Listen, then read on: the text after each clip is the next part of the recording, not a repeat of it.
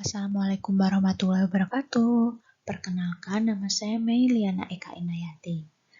Mahasiswa program studi S1 Akuntansi, kelas ekstensi dari Perbanas Institute. Di sini saya akan menyampaikan kepada teman-teman sekalian mengenai peran, fungsi, kualifikasi, dan prospek karir daripada internal auditor. Sebelum kita membahas lebih dalam, di sini saya menyampaikan bahwa menurut The Institute of Internal Auditors atau yang disingkat dengan IIA, internal auditor merupakan aktivitas assurance dan konsultansi yang independen dan objektif yang dirancang untuk memberikan nilai tambah dan meningkatkan operasi organisasi. Keberadaan auditor internal semakin penting bagi perusahaan seiring perubahan lingkungan yang menuntut perubahan peran internal auditor untuk membantu manajemen dalam mewujudkan tujuan perusahaan. Transformasi peran internal auditor merupakan hal yang harus diwujudkan. Untuk itu, melalui presentasi ini, saya akan menyampaikan kepada teman-teman sekalian apa saja sih peran dan fungsi internal auditor dalam perusahaan, dan bagaimana peran auditor internal bertransformasi. Selain itu, dalam mewujudkan peran dan fungsi sebagai internal auditor yang diharapkan oleh perusahaan, saya juga akan menyampaikan kualifikasi dan kompetensi apa saja yang harus dimiliki oleh internal auditor.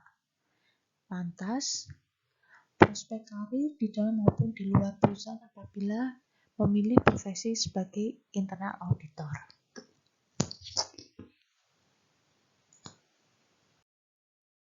Masuklah kita dalam pembahasan peran dan fungsi internal auditor dalam perusahaan. Sebelum saya membahas ke peran internal auditor dalam perusahaan tersebut, saya terlebih dahulu akan menyampaikan bahwa menurut buku literatur Sawyer, auditor internal memiliki peranan yang penting dalam semua hal yang berkaitan dengan pengelolaan perusahaan dan risiko-risiko terkait dalam menjalankan usaha. Auditor internal memberikan informasi yang diperlukan manajer dalam menjalankan tanggung jawab secara efektif. Selain itu, auditor internal bertindak sebagai penilai independen untuk menelaah operasional organisasi dengan mengukur dan mengevaluasi kecukupan kontrol serta efisiensi dan efektivitas kinerja perusahaan. Adapun peran internal auditor adalah sebagai berikut. Yang pertama, internal auditor sebagai pengawas atau watchdog. Ini telah berkembang dari sekitar tahun 1940-an. Watchdog merupakan peran tertua dari auditor internal yang mencakup pekerjaan untuk menginspeksi, observasi, menghitung, cek, dan dicek. Tujuannya tak lain adalah memastikan ketaatan terhadap hukum, peraturan, dan kebijakan perusahaan.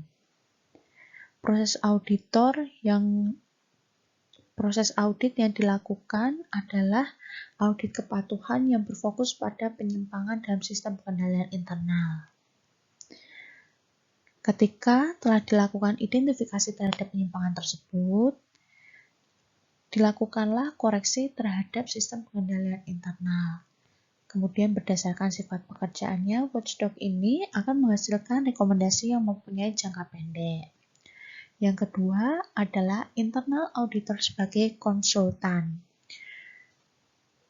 Peran ini berkembang dari sekitar tahun 1970.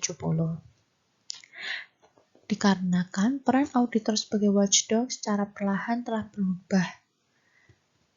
Dari yang sebelumnya berfokus pada compliance audit, bergeser kepada operasional atau performance audit, yang merupakan meyakinkan bahwa organisasi telah memanfaatkan sumber daya organisasi secara ekonomis, efisien, dan efektif. Peran sebagai konsultan ini dilakukan dengan cara menggabungkan proses pengendalian dan ketaatan dengan penguasaan bisnis utama organisasi dari internal auditor tersebut berada. Hasilnya, selain menjaga pengendalian dan ketaatan atas kegiatan organisasi dalam bidang operasional, Internal auditor juga memberikan nilai tambah berupa rekomendasi dalam pengelolaan sumber daya organisasi, sehingga dapat membantu tugas manajer dalam memperbaiki kinerjanya. Rekomendasi yang dibuat oleh internal auditor ini bersifat jangka menengah. Yang ketiga, peran internal auditor sebagai katalisator yang baru berkembang pada tahun 1990-an. Munculnya peran auditor yang baru sebagai katalisator ini akan ikut menentukan tujuan perusahaan. Peran internal auditor sebagai katalisator memberikan jasa kepada manajemen melalui saran-saran konstruktif dan dapat diaplikasikan bagi kemajuan perusahaan. Akan tetapi tidak ikut dalam aktivitas operasional perusahaan tersebut. Ruang lingkup kegiatan auditor ikut pula berubah menjadi quality assurance, sehingga diharapkan dapat membimbing manajemen dalam mengenali risiko yang mengancam pencapaian tujuan perusahaan. Pelaksanaan quality assurance pada prinsipnya mengacu pada konsep kepuasan konsumen. Artinya, setiap langkah kegiatan audit yang dilakukan akan bermuara pada pemenuhan kebutuhan konsumen. Di sini, internal auditor bertindak sebagai fasilitator dan agent of change, yaitu terlibat aktif dalam penilaian risiko yang terdapat dalam proses bisnis perusahaan yang disebut dengan risk-based audit. Nah, kemudian dapat kita lihat melalui tabel ini, inilah ringkasan daripada perbedaan atas peran internal auditor sebagai watchdog, konsultan, dan katalis. Bila dilihat dari prosesnya, watchdog berfokus, maksud saya, lebih mementingkan pada audit kepatuhan atau compliance audit. Bila konsultan menekankan pada audit operasional, dan katalis ini telah mengedepankan quality assurance. Fokus daripada ketiganya juga berbeda. Watchdog lebih pada penyimpangan, kesalahan, atau kecurangan. Sedangkan konsultan atau konsultasi lebih berfokus pada penggunaan sumber daya. Dan katalis ini adalah nilai atau value. Seperti yang saya jelaskan tadi, maksud daripada nilai atau values ini karena katalisator lebih mementingkan konsep untuk kepuasan konsumen atau customer satisfaction. Implikasinya, bila watchdog untuk jangka pendek, kemudian konsultan, rekomendasi jangka menengah, dan katalisator ini khusus untuk rekomendasi jangka panjang. Selanjutnya, di sini saya akan menyampaikan fungsi daripada internal auditor dalam perusahaan. Menurut buku literatur Sawyer, fungsi auditor dalam membantu manajemen itu ada beberapa. Yang pertama, mengawasi kegiatan yang tidak dapat diawasi sendiri oleh manajemen puncak. Setiap tahunnya, Kepala Eksekutif Auditor menyiapkan rencana jadwal audit khusus untuk aktivitas yang diawasi. Kemudian, yang kedua adalah mengidentifikasi dan meminimalkan risiko. Fungsinya meningkatkan upaya untuk meyakinkan manajemen bahwa semua jenis risiko organisasi telah dievaluasi dan diperhatikan dengan layak. Yang ketiga, memvalidasi laporan ke manajemen senior. Manajemen senior ini membuat keputusan bukan berdasarkan pendapatnya sendiri, tapi berdasarkan laporan yang mereka terima. Ketika audit dilakukan, auditor menelaah laporan tersebut guna menilai akurasi, ketepatan waktu, dan maknanya, sehingga kebijakan manajemen yang diputuskan kemudian menjadi lebih valid. Yang keempat, membantu manajemen pada bidang-bidang tertentu.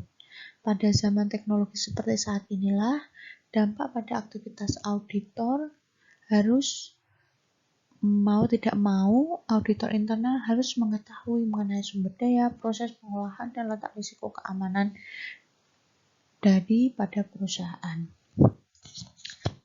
Selain yang dikemukakan oleh Sawyer pada poin sebelumnya, adapun fungsi auditor internal dalam perannya membantu manajemen pada kasus-kasus khusus.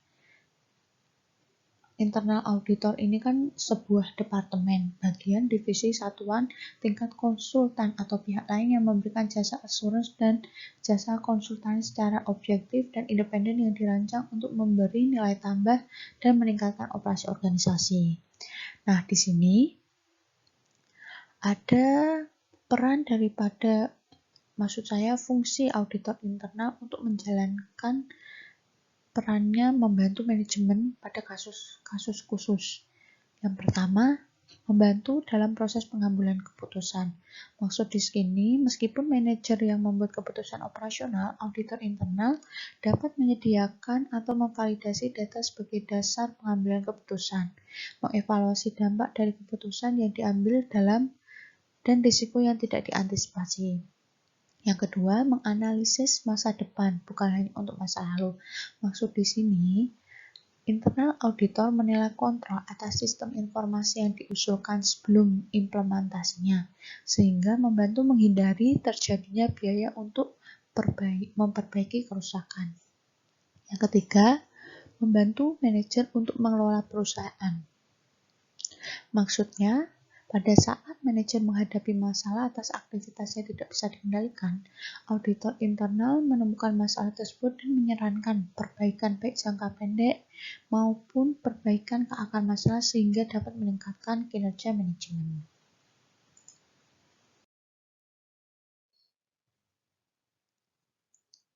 Atas peran dan fungsi yang telah saya sampaikan sebelumnya, guna internal auditor membantu manajemen dalam mencapai tujuan perusahaannya, dibutuhkanlah kualifikasi internal auditor yang profesional.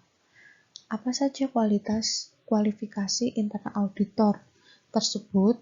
Berdasarkan literatur buku Sawyer, kriteria profesionalisme internal auditor ada beberapa macam. Yang pertama adalah pelayanan kepada publik. Karena auditor internal memberikan jasa untuk meningkatkan penggunaan sumber daya secara efisien dan efektif.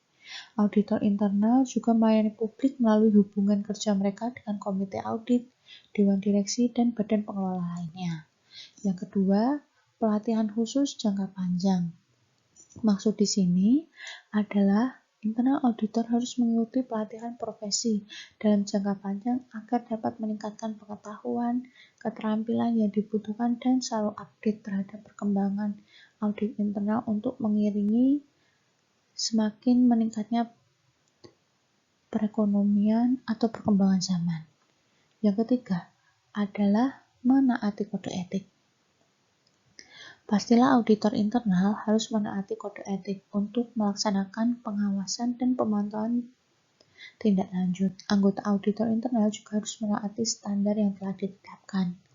Yang keempat, menjadi anggota asosiasi dan menghadiri pertemuan-pertemuan.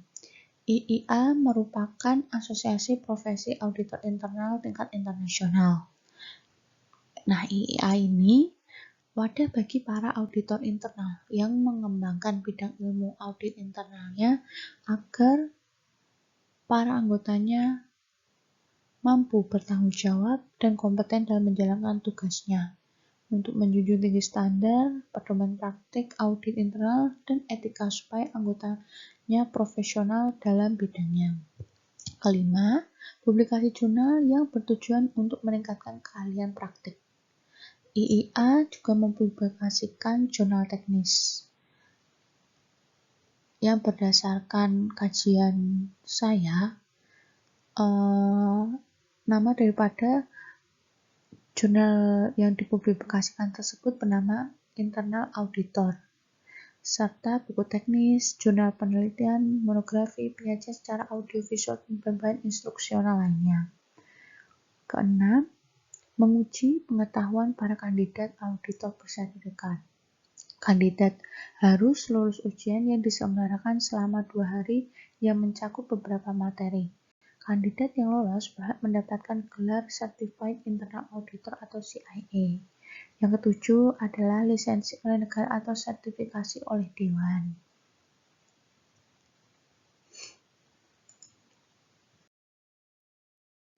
Adapun berdasarkan hasil saya mengkaji beberapa literatur pada media elektronik, khususnya internet, terdapat kerangka kerja kompetensi audit internal. Berdasarkan The Institute of Internal Auditors, Internal Audit Competency Framework ini, atau kerangka kerja kompetensi internal audit, dibagi atas 4. Yang pertama, profesionalisme. Merupakan kompetensi yang diperlukan untuk mendemonstrasikan kewenangan, kredibilitas, dan perilaku etis bagi suatu aktivitas audit internal yang bernilai. Nah, di sini ada ruang lingkupnya, mencakup misi audit internal, piagam audit internal, independensi organisasi, objektivitas individual, perilaku etis, kecermatan profesional, pengembangan profesional. Yang kedua, kinerja. Kinerja ini adalah kompetensi yang diperlukan untuk merencanakan dan melaksanakan penugasan audit internal sesuai dengan standar. Ruang lingkupnya bisa kita lihat di dalam layar. Yang pertama ada tata kelola organisasi, kemudian kecurangan, manajemen risiko, pengendalian internal, perencanaan penugasan, pelaksanaan penugasan, hasil penugasan. Yang ketiga, lingkungan. Kenapa lingkungan ini penting? Karena lingkungan ini merupakan kompetensi yang diperlukan untuk mengidentifikasi dan mengatasi risiko spesifik terhadap industri dan lingkungan operasi organisasi. Ruang lingkupnya mencakup perencanaan dan manajemen strategis organisasi, proses bisnis umum, tanggung jawab sosial dan keberlanjutan, teknologi informasi, dan akuntansi dan keuangan. Yang terakhir adalah kepemimpinan dan komunikasi. Merupakan kompetensi yang diperlukan untuk memberikan arahan strategis, komunikasi yang efektif, membina hubungan, serta mengelola personel dan proses audit internal tersebut. Di sini dapat kita lihat bersama-sama, ruang lingkupnya terdiri atas perencanaan dan manajemen strategis audit internal, perencanaan audit dan upaya koordinasi assurance, serta program assurance dan peningkatan kualitas.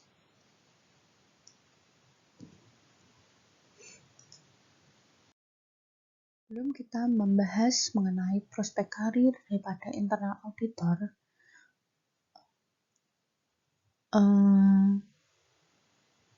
masih terdapat kualifikasi internal auditor profesional berdasarkan kajian saya melalui sumber pada internet. Yang pertama ada keterampilan komunikasi, termasuk komunikasi lisan, penulisan laporan, dan keterampilan presentasi. Yang kedua ada keterampilan memecahkan masalah. Yang ketiga ada kemampuan untuk mempromosikan nilai audit internal. Yang keempat mengikuti perkembangan perubahan peraturan dan standar industri. Kelima ada pengetahuan dalam audit. Dan keenam pengetahuan dalam manajemen risiko perusahaan. Atas kompetensi atau kualifikasi yang dimiliki oleh internal auditor tersebut, internal auditor dapat mengembangkan karirnya baik di dalam maupun di luar perusahaan. Nah, di sini kita dapat melihat prospek karir tersebut di dalam perusahaan. Bila internal auditor tersebut ingin berfokus karir pada dunia auditor, maka bisa memulai karirnya dari auditor junior. Auditor junior ini yang seperti kita tahu adalah seorang fresh graduate yang mulai karirnya pada posisi auditor junior. Ditugaskan untuk terjun langsung ke lapangan untuk melaksanakan semua prosedur audit secara rinci, membuat kertas kerja dan mendokumentasikannya. Kemudian step selanjutnya ada auditor senior. Auditor senior ini bertugas untuk mengarahkan dan mengulas pekerjaan daripada auditor junior. Auditor senior juga bertanggung jawab dalam mengusahakan biaya dan waktu audit agar sesuai dengan perencanaan. Yang ketiga, ada internal auditor management. Ditugaskan sebagai pengawas audit, umumnya untuk mengawasi pekerjaan auditor senior. Manajer juga akan membantu untuk membuat perencanaan biaya dan waktu audit, mengulas kertas kerja dan laporan audit juga manajemen letter. Yang keempat ada Chief Auditor Eksekutif atau General Manager atau Senior Manager. Di sini tugasnya adalah untuk meningkatkan kemampuan tim auditor internalnya untuk menyesuaikan lingkup auditnya, sehingga mampu mencakup risiko baru dan organisasi terhindar dari risiko baru yang muncul dan bersifat merusak. Dapat juga prospek daripada karir internal auditor tersebut memilih pada posisi eksekutif.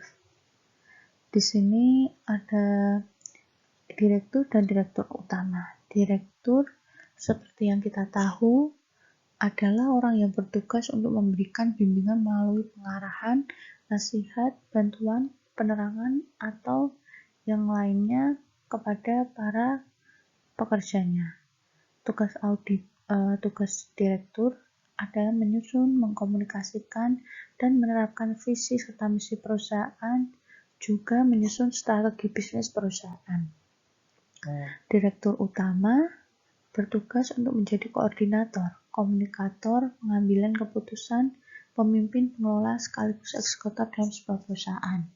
Selain prospek karir di dalam perusahaan, dapat juga internal auditor untuk mengembangkan karirnya di luar perusahaan. Yang pertama ada Dewan Komisaris. Menurut buku literatur Sawyer, Dewan Komisaris ini memiliki tanggung jawab berdasarkan hukum. Tanggung jawabnya untuk melindungi para pemegang saham dan membuat pertimbangan bisnis dengan penuh perhitungan. Salah satu tugas dari Dewan Komisaris ini adalah mengawasi operasional perusahaan dan memberikan persetujuan atas pengangkatan internal auditor. Yang kedua ada Komite Audit. Komite Audit ini bertugas untuk membantu Dewan Komisaris dalam memenuhi tanggung jawab pengawasannya atas proses laporan keuangan, sistem kontrol internal, proses audit, dan proses perusahaan dalam mengawasi kepatuhan terhadap undang-undang dan peraturan serta kode perilaku. Yang ketiga, ada dosen atau akuntan pendidik. Internal auditor juga dapat memilih karir sebagai tenaga pendidik yang akan memberikan pelajaran atau mata kuliah yang berkaitan dengan auditing ataupun akuntansi kepada mahasiswanya. Selain mengajar di kampus atau di sekolah, akuntan pendidik ini dapat meniti karir lainnya seperti menjadi peneliti di lembaga riset milik pemerintah ataupun swasta. Bisa juga menjadi pembicara atau konsultan yang secara khusus memberikan materi terkait akuntansi. Baiklah, teman-teman sekalian, tadi adalah penyampaian dari saya atas peran, fungsi, kualifikasi, dan prospek karir internal auditor. Terima kasih atas perhatiannya. Wassalamualaikum warahmatullahi wabarakatuh.